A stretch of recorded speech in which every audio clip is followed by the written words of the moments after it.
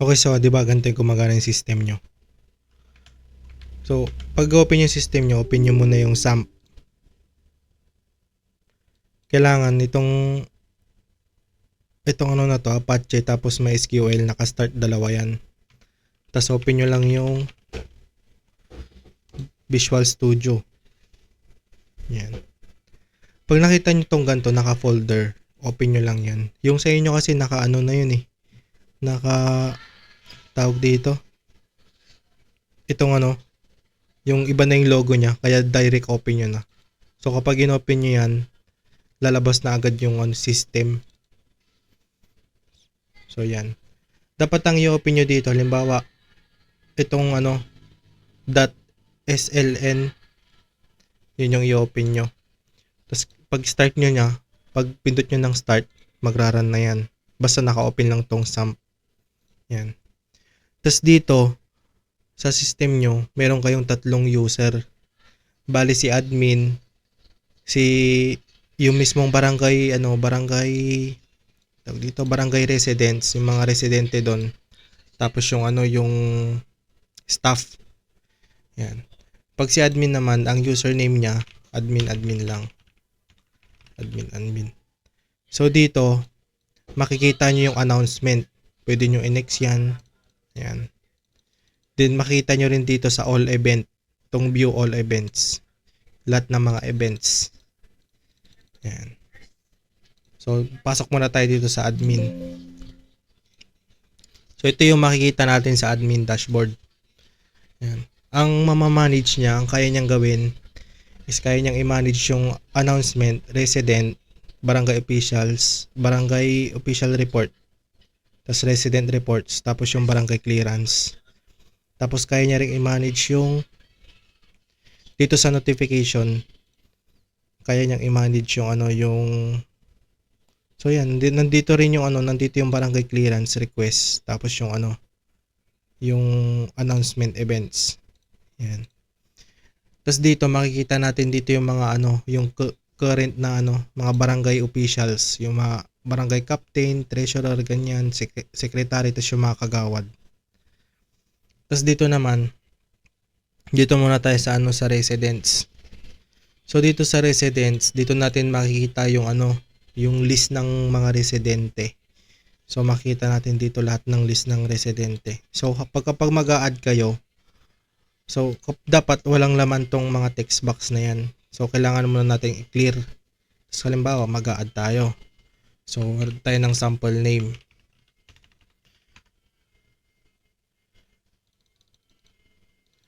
So John C. Cruz.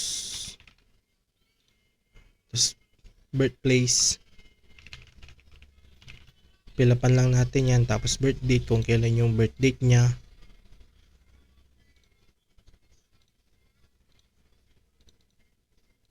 Yan. Tapos yung age, kung ilan yung age niya. So sa civil status yan, pilapan lang natin yan. Email address.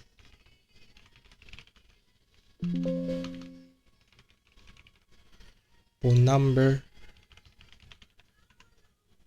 Tapos purok, kung anong purok siya, kung purok 1, purok 2, purok 3, purok 4, ganyan. Then kung magkano yung yung monthly income niya.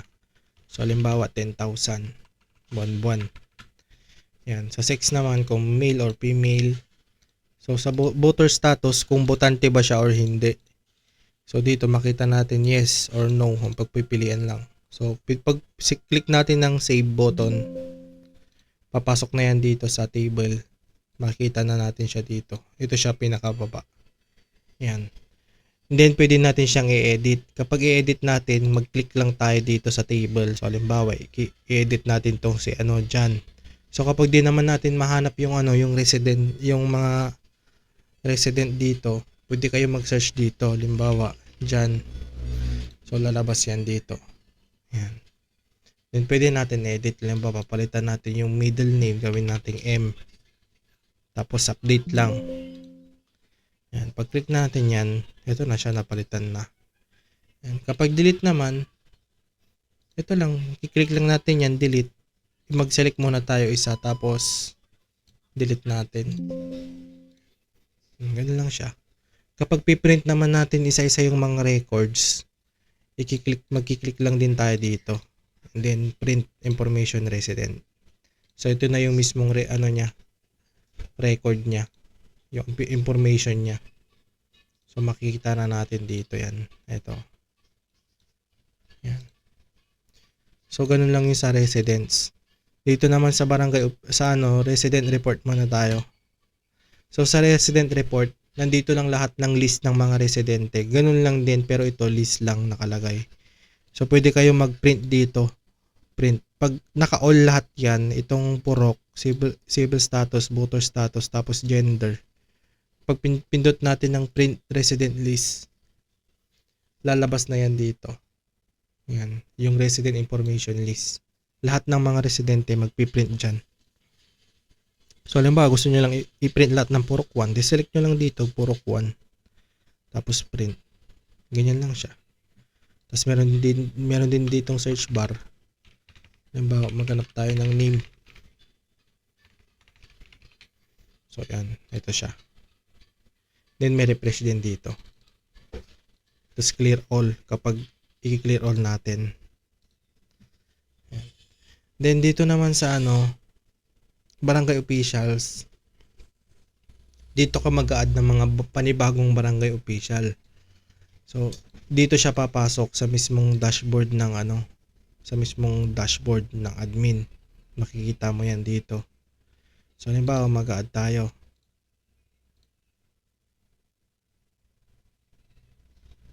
Yan.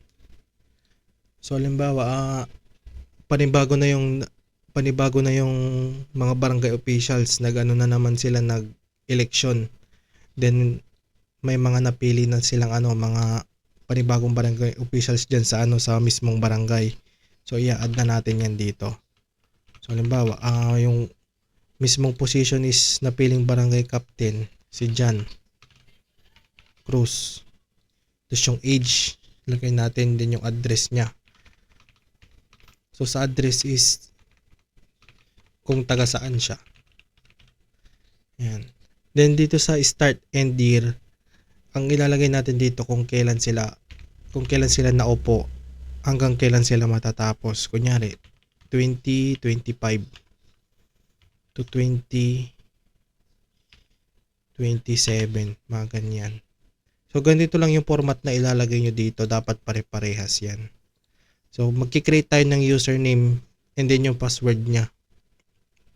Halimbawa, username niya cap123. Tapos yung password, same lang. Then dito, pwede kayo mag-select ng picture. I-click nyo lang itong picture na to, itong profile.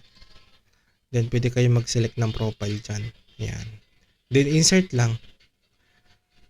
Dito na muna sa role, magsiselect tayo kung admin ba or user. So, halimbawa, ang barangay captain, pwede siya maging admin. So, admin yung siselect natin. Insert lang natin yan. Then, ito na siya. Yan. So, pagpasok natin dito, pag-refresh natin yan, yung latest, papasok na yung latest yan. So, kailangan lang natin kompletuhin yan. So, pwede natin siyang i-edit kung may edit tayo, ganyan. No? Same lang, magsiselect lang tayo dito sa table, tapos mag-edit lang tayo dito. Halimbawa, yung age, papalitan natin ng 35. Tapos update lang. Pag gusto lang naman natin i-delete, select lang natin yan, and then delete. Sa clear naman, same lang yan. Pag nag-select tayo dito, pinindot natin yung clear, babalik lang yan sa dati. Tapos refresh, kung i-refresh natin itong table. So, ganun lang siya. Yan. So, ito yung refresh button lang to para dito. Pag nag-add tayo dun sa sa barangay officials. Then, dito naman sa barangay official report, same lang yan. Diba dito sa barangay reports, makikita natin kung yung mga report ng mga barangay, mismong mga barangay officials. Pag select lang natin yan, makita lang natin yung nila, kung anong position nila, name, ganyan. Kung kailan sila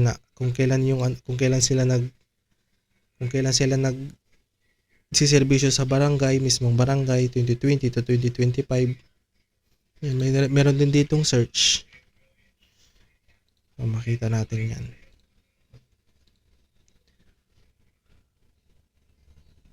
Then sa barangay clearance, pag-click natin yan, dadirect lang yan sa docs. So makikita natin mismo yung barangay clearance. Ito, yung mismong soft copy. So ganun lang siya. Yan. Then dito sa gilid naman, ito makikita natin dito lahat ng total lahat ng residente. So yung ina-add natin dito sa sa residents. So kung ilan yung total nito, papasok siya dito. Dito siya papasok. Yan. Then makita rin natin kung ilan yung male, ilan yung female, ganun, ilan yung registered, kung ilan yung botante or hindi. Yan. Tapos makita natin kung ilan yung number ng population sa mga purok. Sa purok 1, may 3, purok 2, 4, purok 3, 5. Mga ganyan. Then ganun lang siya. So doon muna tayo sa So doon na tayo sa user or staff. So meron din ditong account settings yan. So halimbawa meron tayong i-active or deactive na account. Yan. Pag naka-active, malalagay niya yung account niya. Kapag naka-deactive, hindi niya malalagay yung account niya. So try natin to si secretary. So ito yung user Nakaselect siya sa user. Makikita natin dito sa role kung ano yung role niya, user or admin. So dalawa lang yan. So exit natin to, tapos logout natin. So login natin si user. So sa user naman, ang sakop niya ito lang. Si user siya yung magki-create ng barangay announcement. Then pwede rin siya mag-add ng resident. Yan, parang si admin. Then meron din siyang resident report and then barangay clearance. Tapos dito sa notification, dito niya titignan yung mga nag-request ng barangay clearance sa mismong homepage. Yung mga yun yung pangatlong user ng system, yung mga barangay residents. So mamaya ipakita ko paano gumagana to. So dito, same lang to. In-explain ko kanina. Same lang yan. So kaya dito na lang tayo sa sa announcement events. So dito pag magki-create ka ng announcement events, dito siya pumapasok. Pag click natin ng logout, dito pumapasok yan sa homepage. So makikita natin yan. Lahat ng kinrate mong announcement or events, dito siya pumapasok. Yan. So try natin mag-create. Lagin ulit natin si user. Yan. So create lang tayo. Maglagay lang tayo dito ng title.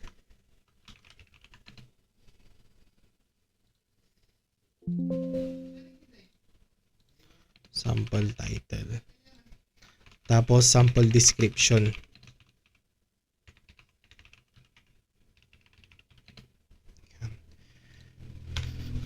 Then dito sa announcement or events, magse-select lang tayo dito sa kulay red na box.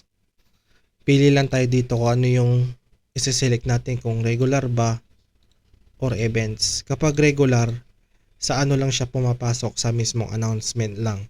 Kapag ka-events naman, doon siya sa events papasok. So try natin tong regular. Yan, submit natin.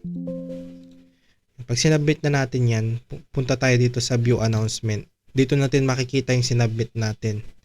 So, di ba ito yon sa pinakababa. So, makikita natin dito, pending pa siya. So, pwede rin natin i-search dito yan. Meron siyang filter. Regular events and yung events. Close natin. Balik tayo dito. So, kapag pending siya, kapag nilogout natin to, logout, hindi pa siya papasok dito Di ba wala pang pumasok dito. So kailangan mo nang i-approve ni admin 'yan.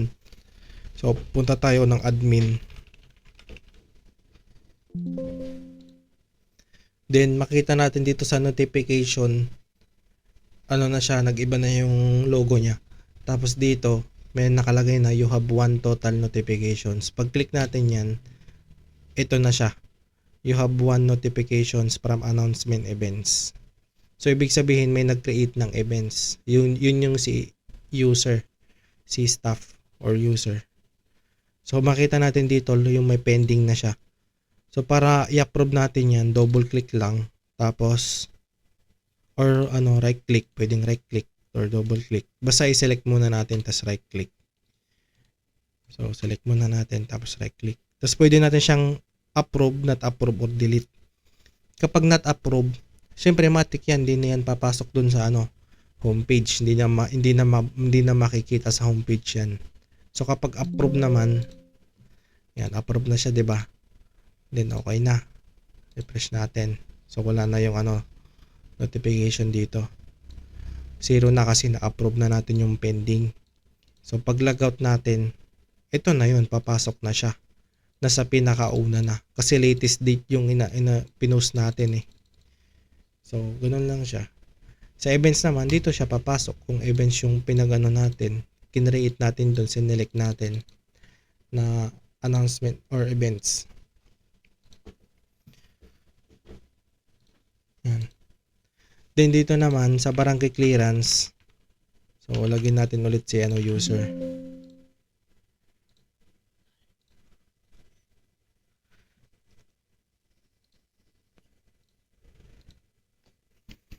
Sa barangay clearance naman, ang magma-manage lang nun si ito sa notification.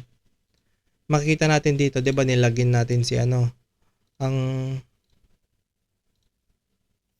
nilagin natin dito si user.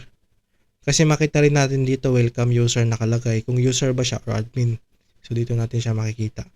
Dito sa notification, notification to ni user. Pag click natin yan, lalabas to barangay clearance request. Kaya niyang i-manage yung mga barangay request ng barangay clearance, yung mga request ng mga residente. So halimbawa, ako residente ako, tapos magre-request ako ng barangay clearance mismo dito sa system para less hassle. So dito niya makikita yan. So pwede niyang i-manage yan. Pwede rin si admin.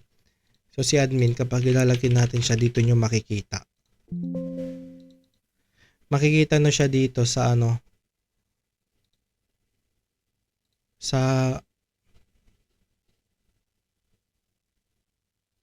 dito sa notification. Tapos dito sa barangay clearance request. Ito siya.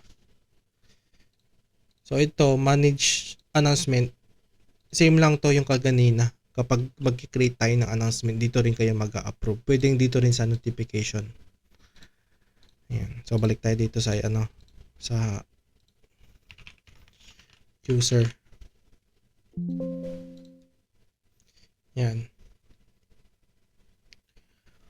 So dito try natin to. So halimbawa, dito napapasok si pangatlong user. Si sino na yun? Residents. So dito sa request barangay clearance, dito siya pwede mag-request. So lalagay mo lang yung name. Halimbawa, name John Cruz. Sa description, maglagay ka lang ng description dito. Halimbawa, gusto ko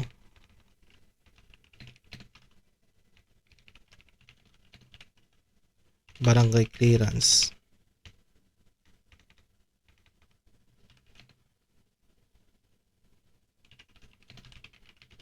Yan. Hard copy.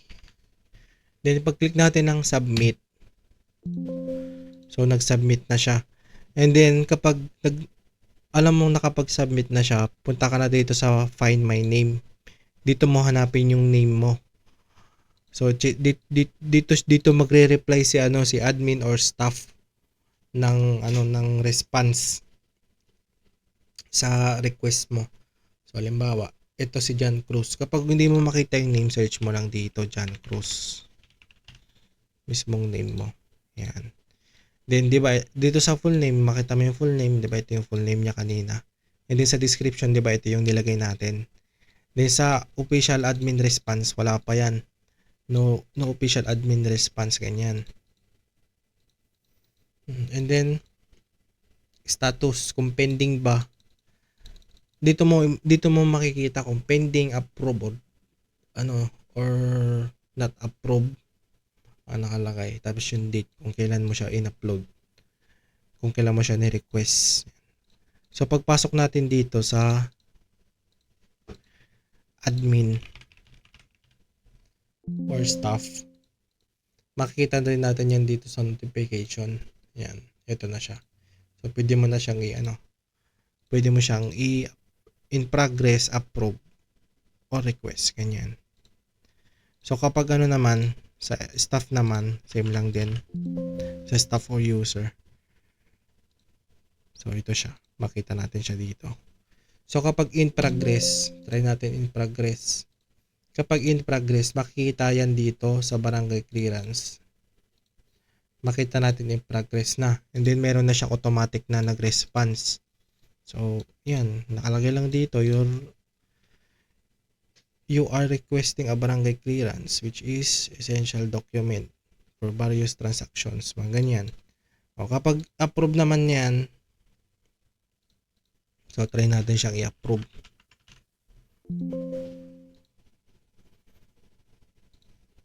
So, kapag approve siya, i-approve natin yung request. So, meron siyang response dito. So, pwede mo itong palitan kay pahala or submit na lang agad. Ayan. So, pagbalik natin dito, check natin na yung natin, ni-request natin barangay clearance. So, approve na siya. And then dito sa response ng ng admin or staff or user, yung mga barangay officials mismo. So, makikita natin dito, your barangay clearance has been approved. Ganyan. Now ready to pick up. Ganyan. So, ibig sabihin, approve na yung ni-request mong barangay clearance. Pwede mo na kunin mismo doon sa mismo doon sa barangay hall ng ganyan, 7 AM and 5 PM, mga ganyan. So, ganun lang siya. Meron din siyang picture dito, pictures. Yan. Naka-picture. Ganun lang siya.